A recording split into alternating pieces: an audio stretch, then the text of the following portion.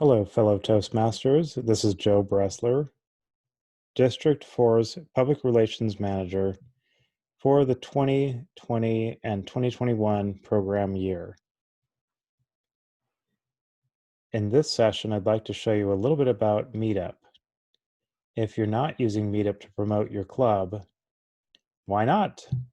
It's a great place to go and promote the club, your events, your special events, your meetings, whatever's going on with your club, you can promote it here on Meetup. And District 4 has a specific group for that. At the time of doing this recording, we have over 1,900 members, so 1,935 members to be precise. And all those members are able to see all the different events that are going on around the district and can choose to go and join any of these events or meetings at any time. What I'm showing you is the main page for our district meetup group. And once you create an account and log into Meetup, you can find us here at meetup.com, District 4 Toastmasters. That's a URL you can go to directly as well. If you are a club public relations VP and you'd like to utilize Meetup in order to promote your events and your meetings, please go ahead and go to this group. Make sure that you join this group as a member. And once you join, then you're welcome to come right over here to members.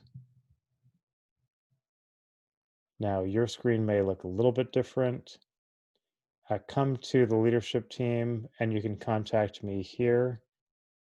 You'll find me, Joe Bressler, on the list. There I am, Joe, co-organizer for the Meetup group. And you can contact me and you can ask me to get access to be able to create events on Meetup. I'll then provide you access through the system here. And once you have that access, you'll be upgraded to Event Creator Access. That's the level of access that you'll get. Once you have that level of access as the Public Relations VP for your club,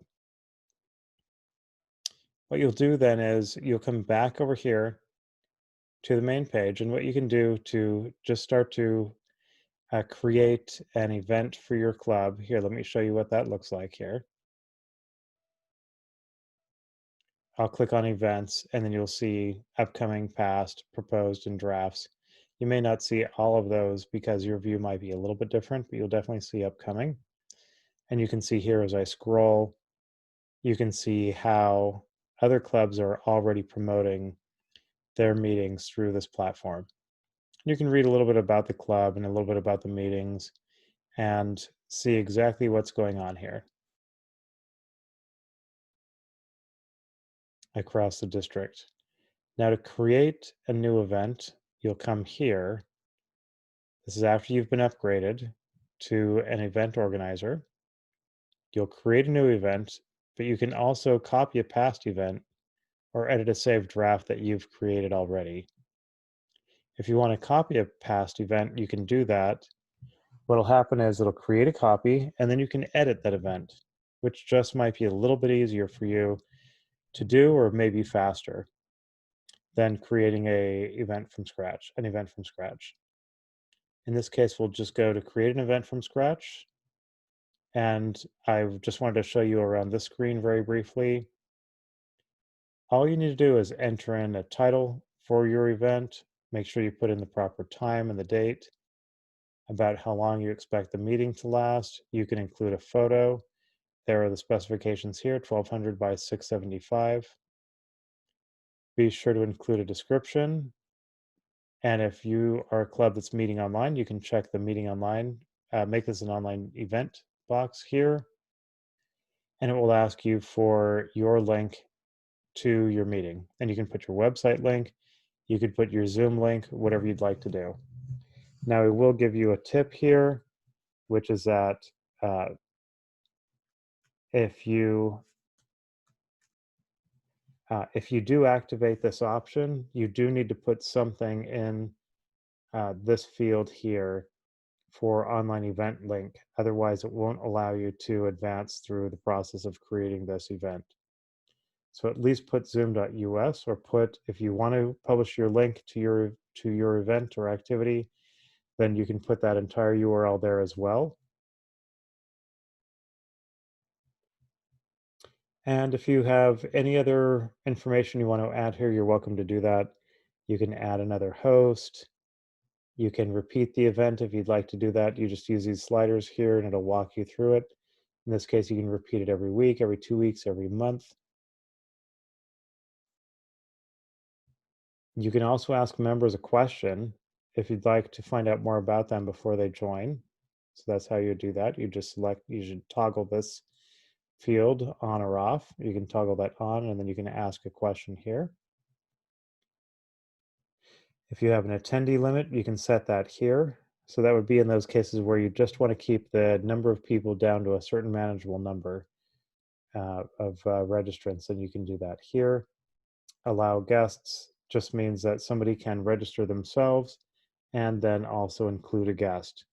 And you can set this as to how many guests they're allowed to bring. 1 guest, 2 guests, 3 guests. Typically, I don't really bother with that, but it's okay if you want to do that. But what's better for me is to have people go and sign up individually. That way you can see exactly who's going to be coming.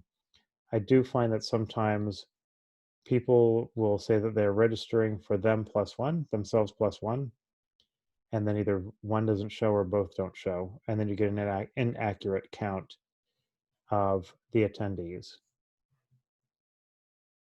You can also set a time for when the registration opens. If you want to set your event in the future, you can open it immediately. You can set it for a different time and day. You can also set a time for when the RSVPs will close off. If you were charging a fee, you could charge that here.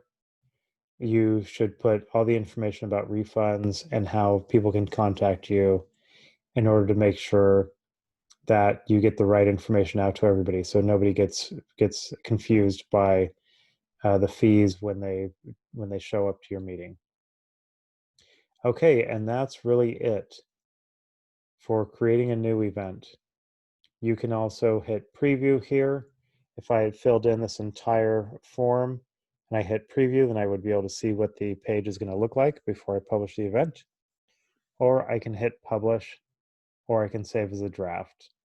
If I save as a draft, I can come back to it later, but it won't be published. I have to publish it in order for it to go live and to be available to everybody out on Meetup.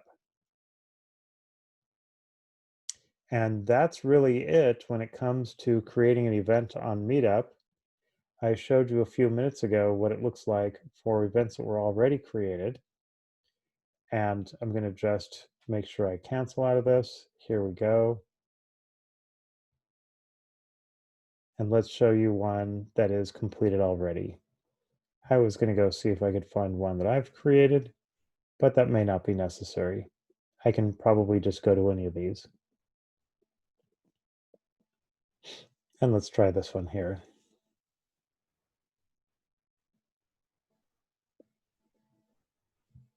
Okay, so you can see here is a finalized event that's been published out on the Meetup site. And once you publish your event, what will happen is you'll also have the option to announce it to the entire group if you'd like to do that.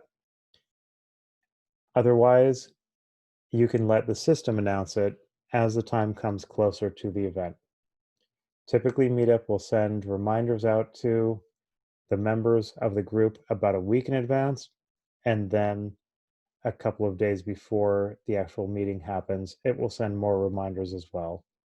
So be aware that you may be getting lots of emails from Meetup, as may the people who have signed up for your particular event. They may get a lot of emails as well. You should make sure that you have subscribed to the emails so you can see everything that's going on, everything that's going out, and other people can then contact you as well. That's really it for creating an event on Meetup and for promoting that event. You can always have links coming into the Meetup site from your club website or from any other venues. And of course, when you publish your event, you can have links going out to your company, your club website, or any other things that you want to link people to. All right, well, that's it, everybody. I hope you've enjoyed this quick tour of Meetup, and I look forward to helping you get online to Meetup and to gain the benefits of using this platform for promoting your group, for your club, and your special events. Thank you.